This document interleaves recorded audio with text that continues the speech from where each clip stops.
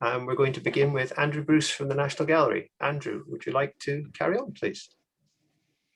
Hello, and thank you for having me. If we could go to the next slide, please. And just another reminder of who I am. And the next slide, please.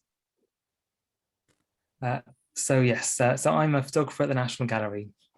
And the kind of registration I work with is predominantly mosacking. So image-to-image registration to create composite images with higher spatial resolution than if they were captured with just one image. So I capture, process, and create the composite images working with visible light and X-radiography images. And we produce 2 to 3 mosaics images per week, which gives you an idea of the production level, which I think is quite an important point. And next slide, please.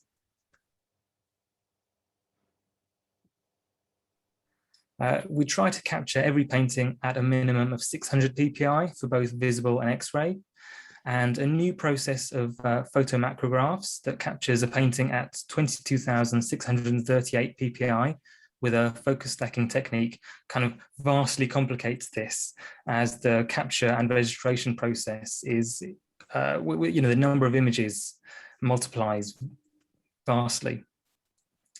And next slide, please.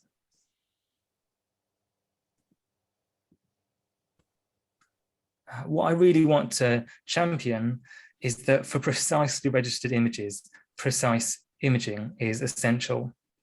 And I believe the way that you capture your images will always have a direct relationship to the process of registration. And, for example, how even is your illumination? Is your capture device tracking or is it panning? This will have a, probably quite a large impact on the way that your images register. Next slide, please. So image-to-image registration for mosaiking is performed using PT GUI, which in many ways is a really great piece of software, and we do get amazing results. But the software is not really designed for this kind of work. It's designed actually for making spherical panoramas. So we kind of wrangle with the software to get it to do what we want and to achieve the accuracy that we need. This makes for a very time-consuming and not so repeatable process.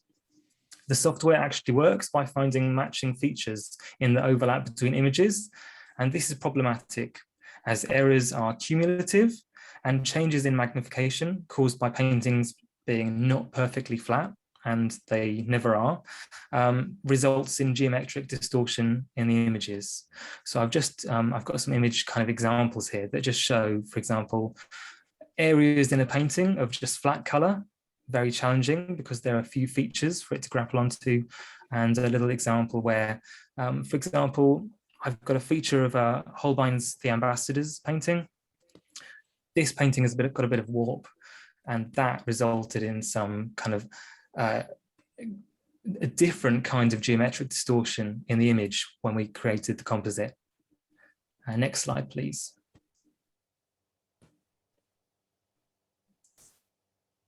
Oh, that's not the right slide.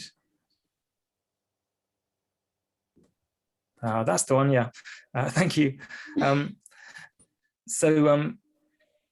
And unless an X-ray beam can completely cover a painting and be left stationary, then when you move both the X-ray beam and the imaging device, there will always be some kind of parallax effect.